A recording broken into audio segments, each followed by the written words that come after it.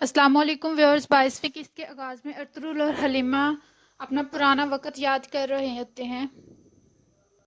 Halima Ertugrul کو کہتی ہے، میں ہمیشہ آپ کے ساتھ رہوں گی، آپ کا راستہ میرا راستہ ہے، میری جان بھی آپ پر قربان ہے۔ ارطغرل کہتا ہے، یہ نیلا آسمان اور کالی زمین گواہ ہے کہ اگر میں تمہارے لیے تکلیف کا سبب بنوں تو میرے اوپر زلزلہ مسلط ہو جائے، میری وجہ سے تمہاری آنکھوں سے ایک بھی آنسو گرے تو میں سمندر میں ڈوب جاؤں۔ تم میرے گرم دماغ کے لیے سکون ہو، حقیقت میں تم میری زندگی ہو۔ میری یہ صرف ایک خواہش ہے کہ تم ہمیشہ خوش رہو، اور یہ اچھی طرح جان لو کہ میں کچھ بھی ایسا نہیں کروں گا جو تمہارے لیے تکلیف کا سبب بنے۔ مجھے پتہ ہوتا ہے کہ تمہاری آنکھیں کس بات پر مسکراتی ہیں اور کس بات پر روتی ہیں۔ میں کبھی بھی تمہیں تکلیف نہیں دوں گا۔ حلیمہ کہتی ہے، میں جانتی ہوں آپ مجھے کبھی بھی تکلیف نہیں دیں گے، میرا دل آپ کے پیار سے مہر بند ہے، یہ آپ بھی جانتے ہیں۔ ارطغرل کہتا ہے، میرا دل بھی تمہارے پیار کے لیے مہر بند ہے، یہ اچھی طرح جان لو۔ اس کے بعد وہ حلیمہ کا ماتھا چومتا ہے اور اسے گلے لگاتا ہے۔ حلیمہ کہتی ہے، کون سے مشکل دن ایسے ہیں جو ہم نے نہیں دیکھے، لیکن آپ ہر پریشانی کو خوشی میں تبدیل کر دیتے تھے۔ اس کے بعد ارطغرل اپنا لباس بدلنے چلا جاتا ہے اور حلیمہ یہ سب کچھ سوچ کر مسکرا رہی ہوتی ہے۔ اس کے بعد اگلی صبح کا منظر شروع ہوتا ہے۔ اسلحان خاتون اپنے گھوڑے کو تیار کر رہی ہوتی ہے بازار جانے کے لیے۔ وہ اپنے گھوڑے کو کہتی ہے، میری طرح تمہارا دماغ بھی گرم ہے، لیکن ابھی ہمارا صبر کرنے کا وقت ہے۔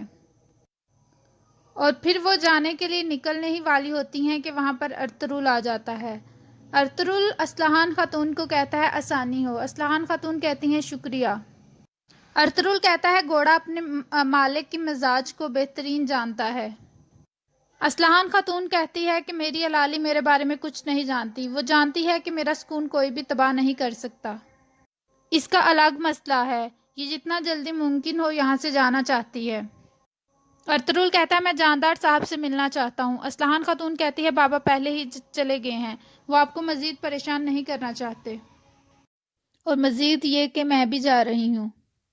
آپ کو پتہ ہے یہ کارخانے میں کام کرنے کا وقت ہے، اور وہاں زیادہ دیر رکنا نہیں چاہیے جہاں پر آپ کی قدر نہ ہو۔ ارطغرل کہتا ہے، آپ خواتین کا انتظار نہیں کریں گی، آپ کو باقی عورتوں کے ساتھ جانا چاہیے، آپ کو پتہ نہیں ہے کہ حال میں کیا ہوا تھا۔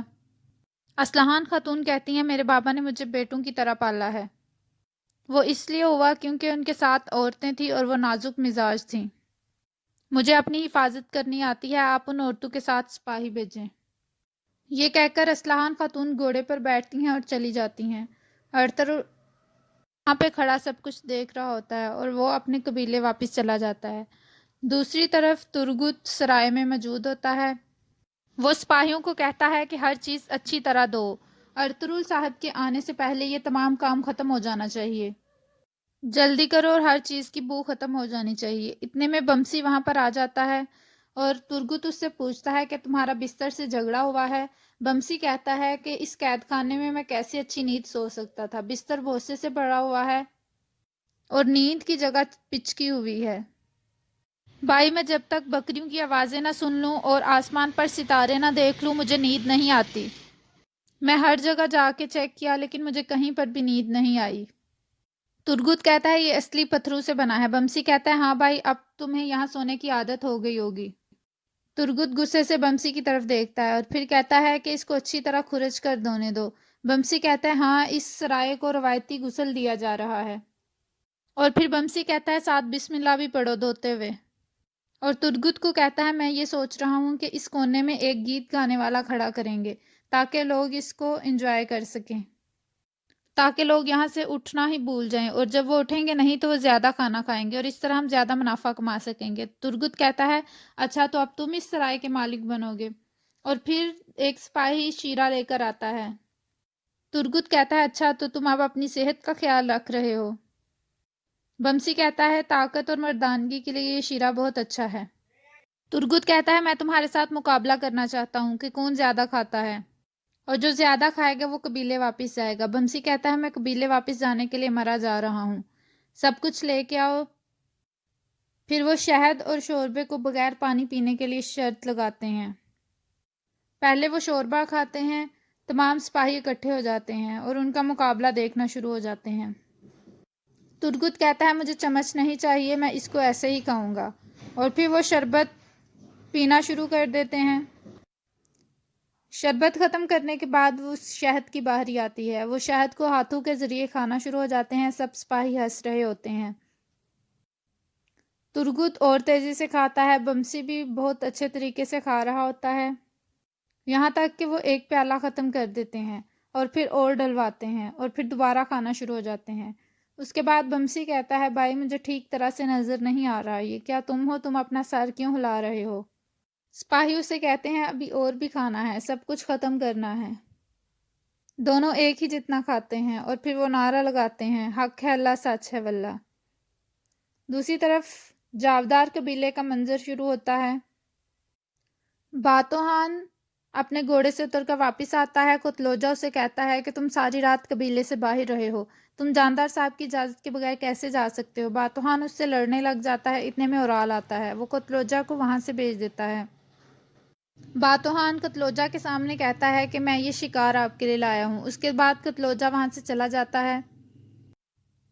اورال اسے کہتا ہے بابا کو بتاؤ کہ میں ان کے ساتھ ملنا چاہتا ہوں۔ اس کے بعد اورال باتوہان سے پوچھتا ہے کہ کیا خبر لائے ہو؟ باتوہان کہتا ہے کہ ایسا لگتا ہے کہ وہ غلام ارطغرل کے لیے سونا نکال رہا ہے۔ اورال کہتا ہے واہ ارطغرل واہ، اب تم سرائے اور بازار کو کے علاوہ سونا بھی چاہتے ہو، تم ہماری سرزمینوں پر قبضہ کر چکے ہو، میں تمہارا دل چیر کر رکھ دوں گا، تمہیں زندہ نہیں چھوڑوں گا، اور اس کے اوپر بابا چاہتے ہیں کہ میری بہن کی شادی اس سے ہو، لیکن میں ایسا نہیں ہونے دوں گا۔ پھر اورال باتوہان کو کہتا ہے تم شام کو میرے خیمے میں آنا، میں تم سے ایک ضروری بات کرنا چاہتا ہوں۔ اس کے بعد سرائے کا منظر شروع ہوتا ہے۔ سپاہی سارا سرائے دھو کر اور وہاں پر اپنا جھنڈا لگا چکے ہوتے ہیں۔ ارطغرل سرائے پہنچ جاتا ہے اور وہ ترگت سے پوچھتا ہے کہ کہاں تک کام پہنچا۔ ترگت کہتا ہے ہم نے تمام پتھر، تمام کمرے دھو کر نئے کر دیے ہیں۔ بمسی کہتا ہے کچن میں سے سور کا گوشت بھی ہم نے پھینک دیا ہے، کچن کو ہم نے پاک کر دیا ہے۔ ارطغرل کہتا ہے ہمارے ہاتھ کبھی کوئی مشکل مت دیکھیں۔ ارطغرل کہتا ہے ہم اس بازار کو بھی سود سے پاک کریں گے اور یہاں پر اپنے قوانین نافذ کریں گے۔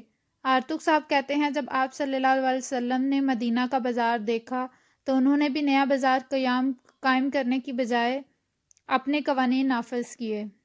ارطغرل کہتا ہے کوئی ایماندار آدمی دیکھے جو کہ حساب کتاب کو دیکھے گا۔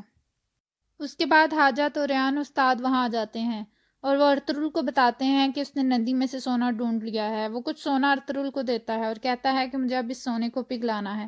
ارطغرل کہتا ہے آپ باقاعدہ طور پر کان میں کام شروع کر دیں، میں سامسا اور باقی سپاہیوں کو آپ کی نگرانی میں لگا دیتا ہوں۔ اور اس کے بعد وہ بمسی کو کہتے ہیں کہ ترگت کو کہتے ہیں کہ تم سامسا اور باقی سپاہیوں کو کہو کہ ہوشیار رہیں، جو ہمارے سے ہانلی بازار چھیننا چاہتے ہیں وہ ضرور وہاں پر حملہ کریں گے۔ حاجت اران کہتا ہے کہ آپ وہاں آئیں گے تو میرے لیے حوصلہ افزائی ہوگی۔ ارطغرل کہتا ہے میں پہلے جرگے کے بعد وہاں آؤں گا انشاءاللہ۔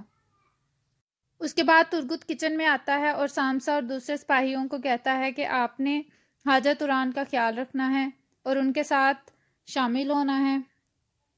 سپاہی کہتے ہیں ٹھیک ہے، اللہ تعالی ہمیں حاجت اران کی زبان سے بچائے، اور سب ہنسنا شروع ہو جاتے ہیں۔ سامسا سپاہی کہتا ہے کہ وہ بہت زیادہ بولتے ہیں، اتنے میں حاجت اران وہاں آ جاتا ہے اور وہ کہتا ہے ہمارا کھانا پیک ہو چکا ہے۔ بمسی کہتا ہے کہ آپ نے کھانا کم ہے اور کام زیادہ کرنا ہے۔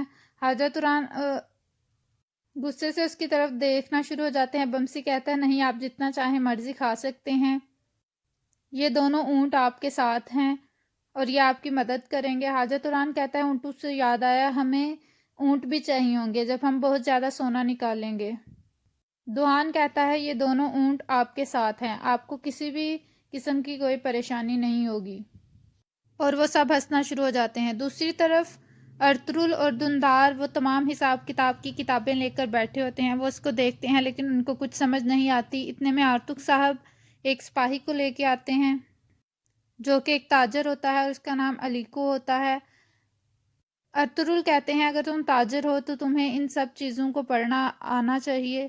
وہ دیکھتا ہے کتاب اور کہتا ہے یہ دوسری کتاب میں بڑے تاجروں کا حساب کتاب ہوگا۔ ارطغرل اسے دوسری کتاب دیتا ہے اور یہاں پر اس قسط کا اختتام ہوتا ہے۔